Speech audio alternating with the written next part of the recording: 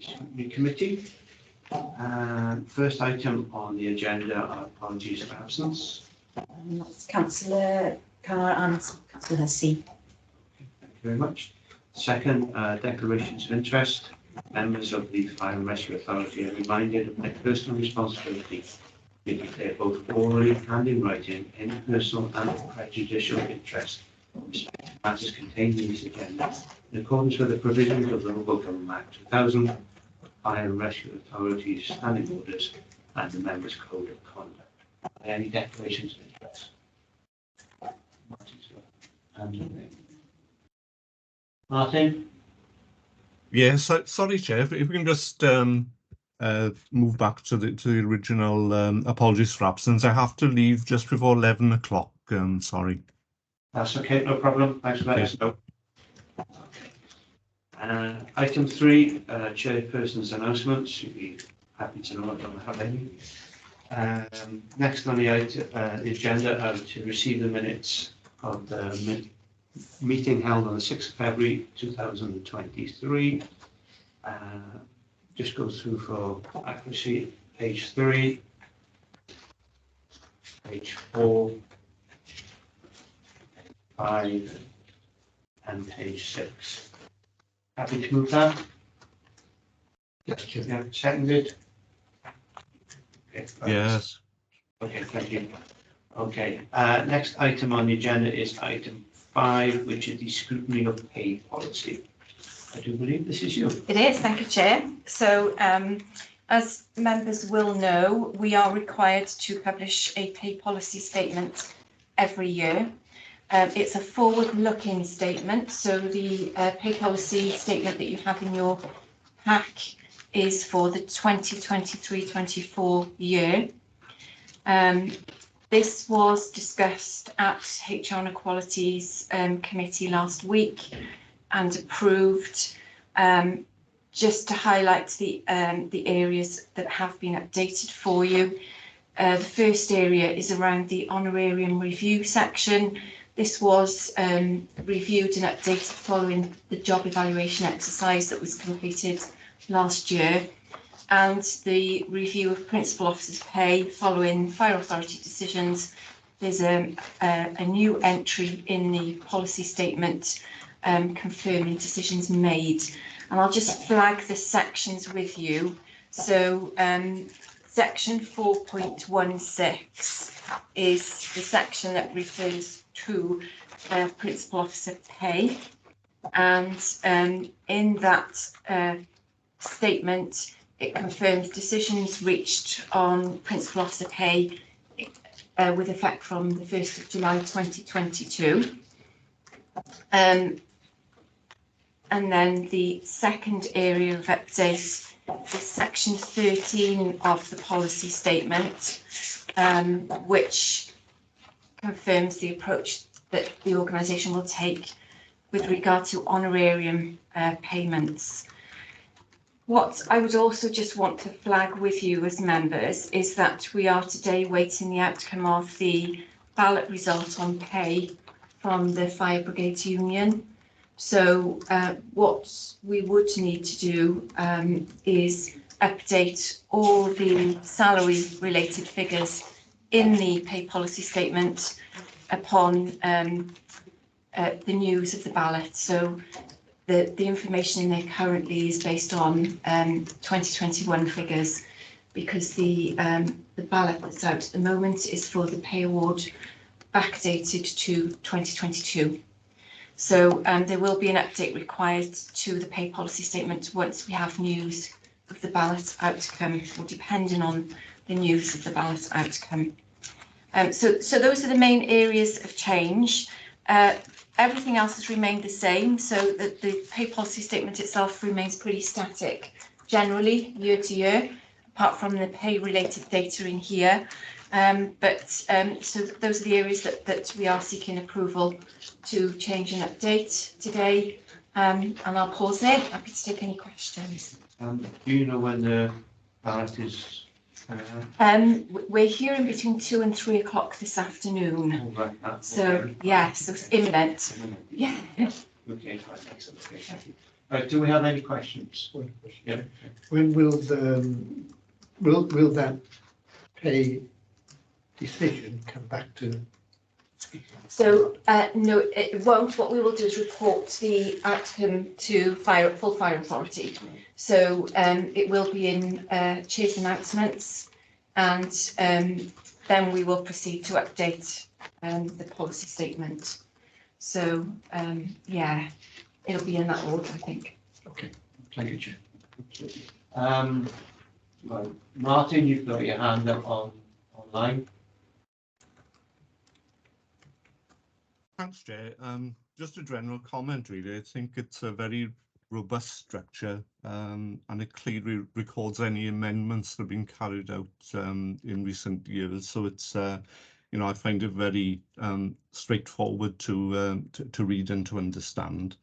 And yeah, only one question really. It's on page 21, item 10.2. If I just have to switch on to the minute there.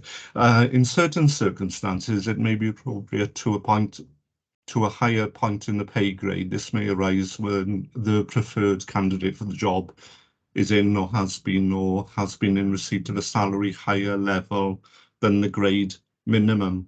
I think these days, you know, we do find some posts are quite hard to fill at times, and I just wondered if this is perhaps a little insufficiently flexible to, you know, to adjust for any shortage of applicants that there might be for a particular job. I'd be interested to see what officers' comments are on that one, Chair. Thanks. Yeah, thank you, Councillor Hughes. So that approach seems to be a general approach across most pay policy statements and pay policy approaches in wider public sector. So the starting point is you offer the minimum of the grades in terms of salary. We're not experiencing any major issues or challenges around that at the moment. But I think as a kind of governance route and an assurance route, I think it is appropriate that we start with the offer at the minimum point, but with negotiation, if there is scope, and it clearly is scope through our pay policy statement, that we have that flexibility. There's not a lot of flexibility in terms of the pay structure itself, and particularly looking at the corporate staff salaries, which is in an appendix to the statement itself. For example, at grade 4, the salary starts at 21,575, and the max point there is 21,968. So there's only a few £100 in it at that grade. So there's not a lot of flexibility in there. But as I said, we're not experiencing major problems with starting salaries at the moment. The market is very odd from a sort of employee applicant perspective, but those who are applying are generally accepting of the salary and at the minimum point. Yeah, thanks, Jay. Yeah, that's good to know. I think the experience in our constituent authorities is quite different, so that's positive. Thank you. Yeah, thank you, Councillor Hughes. And I would say in the wider public sector, my experience is often people would start with a negotiation tactic. So, you know, you would always expect to be negotiated up on a starting salary, but I don't think we're experiencing that necessarily here. Maybe something I should take on personally then. Okay. All right. Anything else? Thank you, Martin, for that. Anyone else? No. Probably just one point to just draw attention to, because I know directly after this meeting we've got a working group meeting looking at the scheme delegations to revise them before the fire authority. So it's just cross-referencing some of the delegations in there, but they do actually map across to those scheme delegations. So that's something I'll double check before the final version gets approved by the fire authority and the scheme delegations gets approved by the authority at the end of March. So. Okay. Thank you. Okay. We're asked to approve the pay policy statement. Are we all in favour? Yeah. Okay. Any objections? Okay. Excellent. Thank you very much. Okay, item 6 is scrutiny of gender pay gap. Julie? Yeah, thank you, Chair. So members will have received the report plus the appendix showing the current gender pay gap. And I say current, this is as at 31st of March 2022. You should also had an appendix 2, which has some further analysis. HR Inequalities considered the gender pay gap at its meeting last week and approved the report. Just to give you some background on this, all organisations of 250 employees or more are required to publish their gender pay gap by the 31st of March each year. It is a snapshot of pay as at that date. And what you will see in Appendix 1, which is actually really pleasing for us as a service, is that our gender pay gap has narrowed since 2021. So turning to Appendix 1, there's a halfway down the page mean and median data header. And if you look in there, the hourly rate for the mean figure has reduced from £15.33%, sorry, to 11.81%. And the median, which is the midpoint, has reduced from 15.56% to 8.85%. So it's moving in the right direction. In terms of what's driving those figures, what we have also done, and this will play into the Fire Authority meeting at the end of March, is we've undertaken an analysis of our job evaluation outcomes for last year. And what that analysis is showing us is probably a significantly larger number of females have increased in salary as an outcome of the job evaluation exercise. So we think that's driving the figure. We have also undertaken positive action in our recruitment processes over the last 2 to 3 years, and we are now seeing more females coming through as firefighters. So it's a sort of fluid picture in that we may recruit more females, but we may lose the same number of females. We may also lose, for example, senior officers at female. So it's not a position that we can say that is the exact area that's driving our gender pay gap. So it's a multitude of things happening at that point upon which the data is drawn. So it's a good news story for us. Appendix 2 just gives a bit more of an analysis around the hourly rate. So on the front page there, you can see a diagram, and it's showing a bar chart for hourly rate for females and males. What you will see is in 2021, the female hourly rate was £14.30. And in March 22, that has increased to £14.73. So that's average pay. You can see also, looking at the male figures, in 2021, the hourly rate was £16.49. In 22, slightly less at £16.47 an hour. And then if you turn over the page, and just to take you to the median, which is not the immediate next page, but the one after. So the same bar chart, median hourly rates. So for females in 21, it was £14.85, quite a significant increase in March 22 to £15.30 an hour. And males, you can see, in 21, £17.60 an hour, and reduced to £16.98 in 2022. So it's good news in terms of gender pay gap analysis and reporting. What we will see for next year, so as at 31st of March 23, is we took in 21 females in our last year's recruitment, and we're now starting to bring them into service. So we will see the benefit of those females coming through, but we may also see the outcomes of other pay-related movements. For example, we lost a principal officer at female level last year. So there will be some gains, but there will be some losses as well. which is why I'm saying it's quite a fluid picture. And whilst it would be great to expect for that gap to continue into 2023, I couldn't guarantee it. So yeah, so I'll pause there. Happy to take any questions. Yeah. You got any questions, Charlie? Just one observation really, and then looking at those graphs, it looks to me as though possibly female officers are taking all the male positions in the senior plan. So we are seeing some females coming through, particularly on grey books, so in the firefighter roles. So we are seeing that now, and we are doing some analysis. One of our fire authority members asked us to produce some data around females getting promoted through the system. So we are going to be doing a bit of work on that. That's in hand at the moment. So yeah, there is, I think it's that, plus the uplift to our corporate employees from job evaluation and more recruitment of females. It's an emerging picture, I think. Good.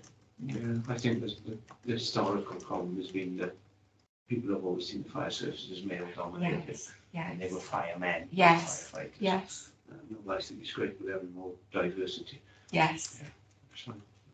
But it's certainly, I think, the case as well across corporate staff, where there's more females in middle leader level, Yes, middle to senior level as well. So I'd say it's that yeah, progression definitely. through the career structure.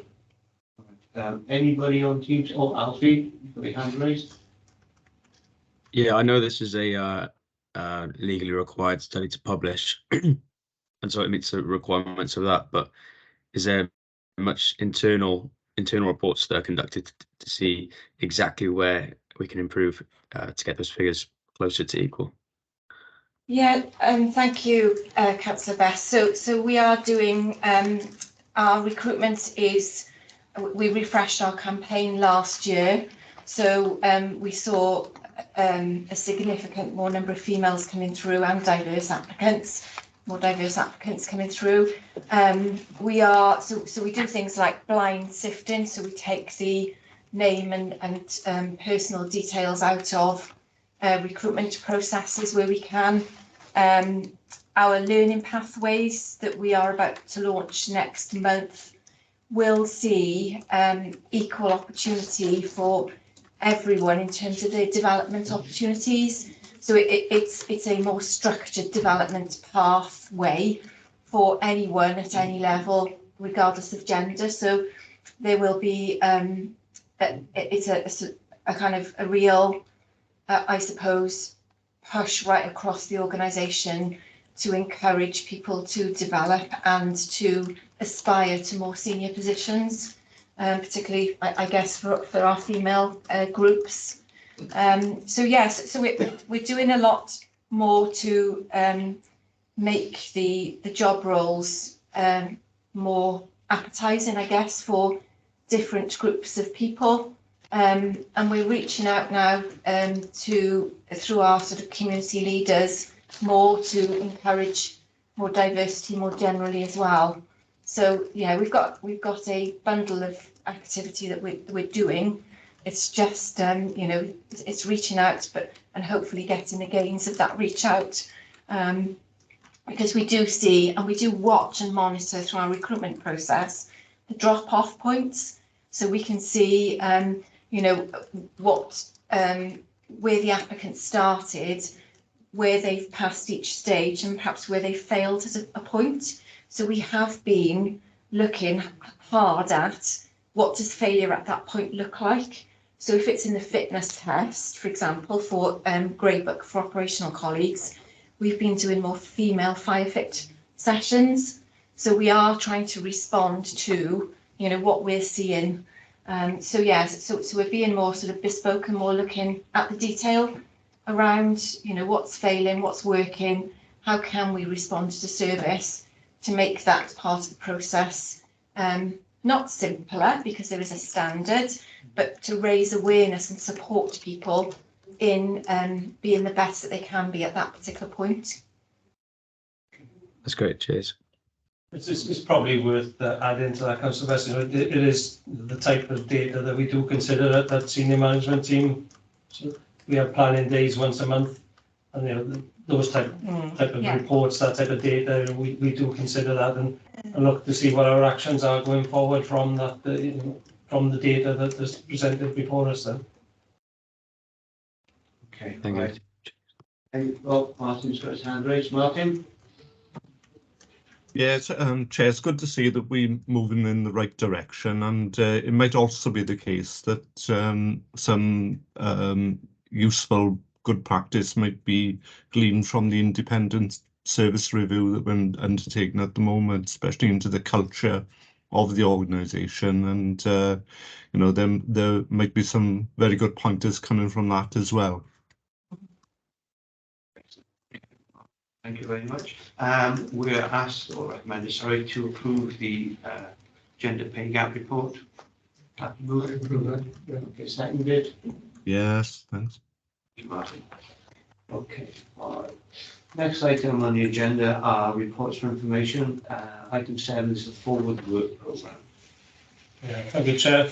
Obviously, the forward work programme sets out the remaining areas that will come before the scrutiny group for the remainder of the municipal year.